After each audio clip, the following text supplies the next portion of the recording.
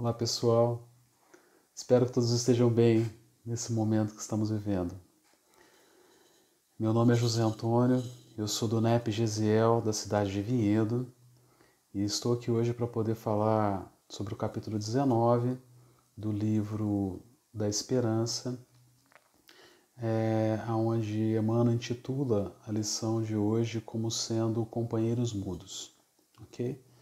Eu vou estar lendo então essa passagem que Emmanuel nos presenteou e depois eu vou tecer alguns comentários, que eu fiz algumas anotações para que a gente possa poder entender um pouco melhor a visão que eu tive desse texto, ok? Então, na passagem bíblica desse trecho Companheiros Mudos, está em Marcos, no capítulo 14, Jesus disse: "Deixai vir a mim os pequeninos." E depois há um pequeno trecho do Evangelho segundo o Espiritismo, que está no capítulo 8, no versículo 4, no item 4. "O Espírito, pois, enverga temporariamente a túnica da inocência, e assim Jesus está com a verdade, quando, sem embargo da autoridade da alma, toma a criança por símbolo da pureza e da simplicidade." E Emmanuel então discorre sobre esses dois textos da seguinte maneira: "Com excelentes razões, mobilizas os talentos da palavra a cada instante, permutando impressões com os outros. Seleciona os melhores conceitos para os ouvidos de assembleias atentas. Aconselhas o bem, plasmando terminologia adequada para a exaltação da virtude. Estudas filologia e gramática no culto à linguagem nobre. Encontras a frase exata no momento certo, em que externas determinados pontos de vista. Sabes manejar o apontamento edificante em família. Lecionas disciplinas diversas, debates problemas sociais, analisas o sucesso diário. Questionas serviços públicos. Indiscutivelmente, o Verbo é a luz da vida, de que o próprio Jesus se valeu para legar-nos o Evangelho renovador. Entretanto, nesta nota simples, vimos rogar-te apoio e consolação para aqueles companheiros a quem nossa destreza vocabular não consegue servir em sentido direto. Comparecem a centenas, aqui e ali. Jazem famintos e não comentam a carência de pão. Amargam dolorosa nudez e não reclamam contra o frio. Experimentam agoniadas depressões morais, sem pedirem qualquer reconforto à ideia religiosa. Sofrem prolongados suplícios orgânicos, incapazes de recorrer voluntariamente ao amparo da medicina. Pensa neles, e de coração enternecido, quanto puderes oferecer-lhes algo de teu amor, através da peça de roupa ou da xícara de leite, da porção medicamentosa ou do minuto de atenção e carinho, porque esses companheiros mudos e expectantes que nos rodeiam são as criancinhas necessitadas e padecentes que não podem falar. Olha que lindo que Emmanuel nos presenteou aqui com essa lição de hoje. Eu então, seguindo aqui a diretriz desse texto, eu queria falar um pouco do contexto que Jesus, naquele momento, passou. Durante essa passagem de Marcos, ele fala que Jesus tinha o costume de ensinar rodeado de pessoas.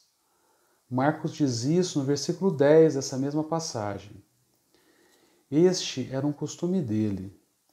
Após ter sido questionado sobre o divórcio, lhe apresentaram os meninos, seus discípulos. Tentaram impedir que as crianças chegassem próximo a Jesus, mas Jesus os pediu: deixar vir a mim os pequeninos, e não os impeçais, porque deles é o reino de Deus. E aí ele continua ainda dentro dessa sequência, dessa passagem de Jesus, ele diz: em verdade vos digo que todo aquele que não receber o reino de Deus como um pequenino, não entrará nele. Olha, então Jesus tem essa passagem. Na sequência da leitura de hoje, Emmanuel cita também um trecho de Kardec. E Kardec, em seus comentários sobre essa passagem de Jesus, comenta sobre a inocência da criança e o quão importante é quando o espírito se reencarna com aquela doçura angelical da criança, para que assim sua mãe tenha ternura com aquele espírito recém-reencarnado. Eu incluo aqui nessa passagem também o pai, não só a mãe. Então eu somaria os dois, o pai e a mãe, nesse sentido da ternura da criança ao conquistá-lo, né? O espírito vai retomando gradualmente seus impulsos à medida que se desenvolve. Olha isso que Kardec diz, né? O momento em que a criança vem, ela vem com toda a doçura, com todo o amor, com toda a inocência, para que os pais se aproximem dela, né? Aqui está uma beleza na lei divina nesse trecho, quanto à forma científica da conexão entre pais e filhos durante esse primeiro processo reencarnatório, esse início da reencarnação. Né? Eu queria só pedir uma atenção para que vocês guardassem esse trecho aqui que a gente falou, né? Esse entendimento que nós temos da nossa lição de hoje, que eu ainda vou falar um pouquinho mais sobre essa ternura e essa conexão entre os pais e os filhos um pouco mais adiante. Ok? Bom, e aí vem Emmanuel discorrer sobre que Jesus e sobre o que Kardec comentou. O uso do verbo para Emmanuel é algo muito comum. Vários trechos de Emmanuel, vários textos que Emmanuel cita, ele cita a palavra, o verbo, para que a gente possa ter uma atenção especial com relação às frases, como a gente fala e como a gente absorve isso no dia a dia. Na lição 165 do Pão Nosso, Emmanuel só fala sobre os falsos discursos, relatando sobre a importância do verbo, né? Sobre a importância das falas que temos. Ele diz assim, só pegando um trechinho desse texto que ele diz: falsos discursos enganam indivíduos, famílias e nações. Acreditam alguns em promessas vãs, outros em teorias, falácias, outros ainda em perspectivas de liberdade, sem obrigações, e raças, agrupamentos e criaturas, identificando a ilusão. Irritam-se mutuamente, procurando a paternidade das culpas. E nessa passagem cita ainda um pouquinho mais adiante: cumprir a palavra do Mestre em nós é propagar o divino. Olha isso. E depois eu assisti uma live também do NEP, onde o Arthur nos presenteou em um dos seus comentários com a leitura de uma passagem do livro Fonte Viva, no capítulo 34, onde ele discorria sobre o Evangelho encoberto. E ele falou um trechinho para que a gente pudesse entender um pouco melhor, aonde o Emmanuel também cita e me despertou um pouco sobre a conscientização dos nossos sentimentos, né? nossos sentimentos alheios, né? E como a gente está perante ao próximo. Então, Emmanuel cita bem um trecho assim, ó. Pelo que sentes, examina os sentimentos alheios na conduta dos outros. Supõe ações que lhes são peculiares. Olha isso.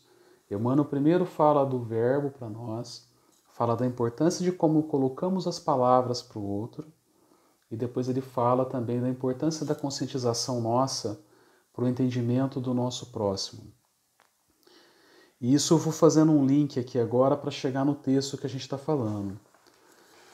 O Emmanuel, ele deixa muito explícito que o uso do verbo tem que ser tomado com cuidado e atenção a todo tempo, em todos os textos que ele fala. Entretanto, e aí eu utilizo a palavra entretanto como uma brincadeira, porque Emmanuel, ele sempre usa nos textos dele um entretanto, né? Que é essa conjugação adversativa, e eu venho então falando dessa maneira, fazendo uma coligação com Emmanuel. Entretanto, a lição de hoje fala do verbo ou da falta dele, né? Nesse caso. Nos chama a atenção aos irmãos que têm dificuldades de comunicação. Olha só, não é o que fala bem, mas sim aquele que tem dificuldade de comunicação que ele cita nesse momento. E aqui eu queria falar sem julgamentos, e apenas com benemérito como exemplo. Entendemos que muitos irmãos, seja por orgulho, vergonha ou mesmo por timidez, têm dificuldade de falar das suas situações. Situações essas que sejam difíceis, que eles estão passando durante esse momento. Como disse aqui, não estamos aqui para julgar essas pessoas. E nesse sentido vamos entender que a lição é para a nossa mudança e nosso aprendizado, e não do outro, que aqui aparece apenas como nossa melhor compreensão. Voltando então para a nossa postura, o que nós vamos ter que aprender diante dessa lição, vamos relembrar aqui o que eu falei lá um pouquinho mais atrás aqui, sobre o amor dos pais e da ternura e o carinho que os pais têm para com seus filhos, né?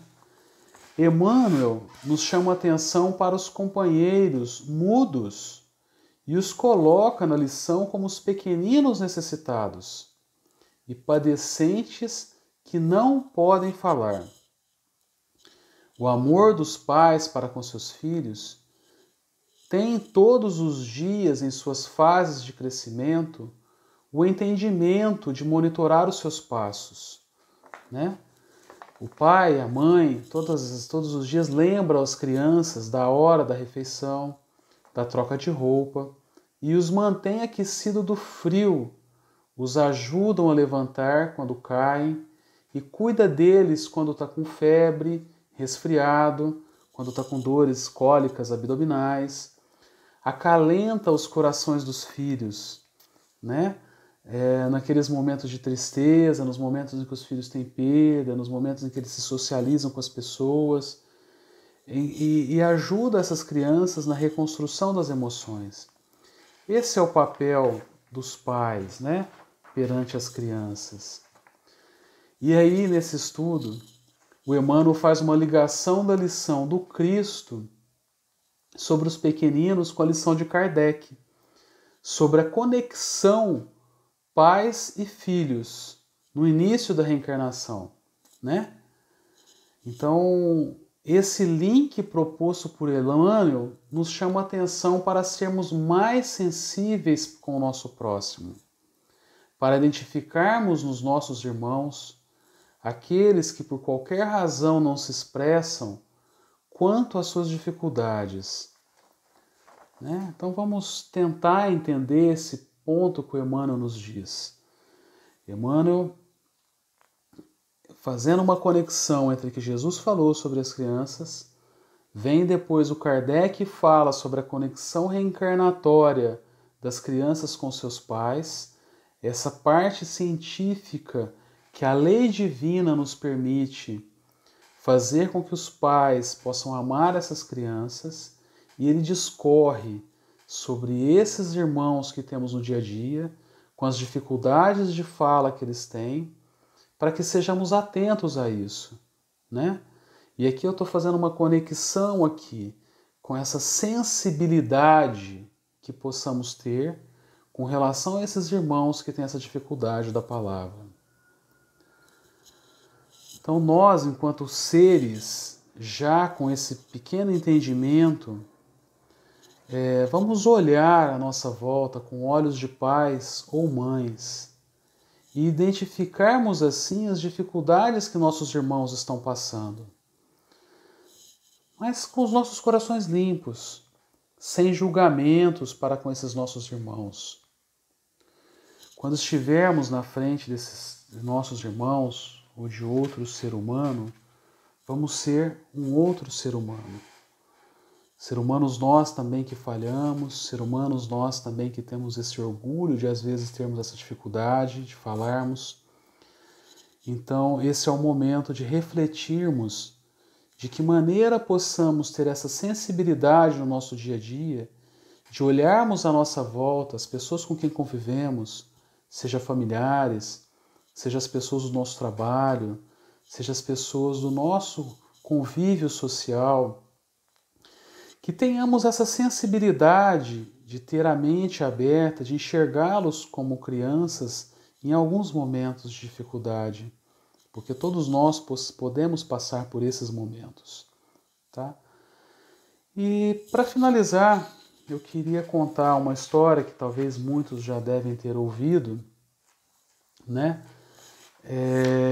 De um pai que prometeu para um filho, que o filho todos os dias pedia para o pai, pai, eu quero brincar com você, eu quero brincar com você. E o pai, ele é muito sem tempo por causa do trabalho, ele sempre dava um jeito e tal, e um dia o filho, poxa pai, eu quero brincar com você. E o pai falou, tudo bem, amanhã a gente vai brincar. E no outro dia, a criança muito ansiosa acordou cedo, e enquanto o pai fazia suas tarefas matinais, e o pai tinha o costume de ler um jornal todos os dias de manhã, e a criança chegou toda eufórica, querendo brincar com o pai. E o pai estava muito querendo terminar de ler as notícias, que era algo que ele tinha esse costume. E a criança, pai, mas você prometeu brincar comigo, eu estou aqui para brincar com você. E o pai, então, tentando ver uma maneira de conseguir ler o jornal e de deixar a criança um pouco mais contente, pegou uma folha do jornal onde tinha um retrato do mundo e recortou essa folha, rasgou em partículas essa folha para que a criança pudesse montar como um quebra-cabeça enquanto ele terminava de ler o jornal para poder fazer outras coisas. E o pai então pegou, deu esses pedaços para o filho, orientou a montar esse conjunto e falou, bom, agora eu ganho 20 minutos a meia hora para poder terminar de ler meu jornal. E a criança, então, terminou de montar aquele quebra-cabeça em menos de 2 minutos. E o pai, então, olhou e falou, nossa, eu não terminei de ver meu jornal. E ele olhou para a criança e falou assim, mas como um desenho tão difícil você conseguiu montar? E a criança falou assim, não, pai, é que do outro lado desse quebra-cabeça que você me passou, que era um mundo, tinha um ser humano. Tinha uma foto de um humano. Então, pai, eu virei e montei o quebra-cabeça do lado do humano. Por quê? Completar o ser humano é necessário para que se complete o mundo. Então fica aí essa lição para nós hoje, com essa reflexão final, dessa conexão entre pai e filho, desses aprendizados que temos no dia a dia, e que sejamos sensíveis com o nosso próximo, sensíveis com os nossos irmãos, e entendamos os nossos irmãos mudos, para que possamos então construir aí uma conexão melhor entre os nossos no nosso dia a dia. Muito obrigado pela oportunidade, um fraterno abraço a todos, que Jesus esteja com todos vocês. Que assim seja.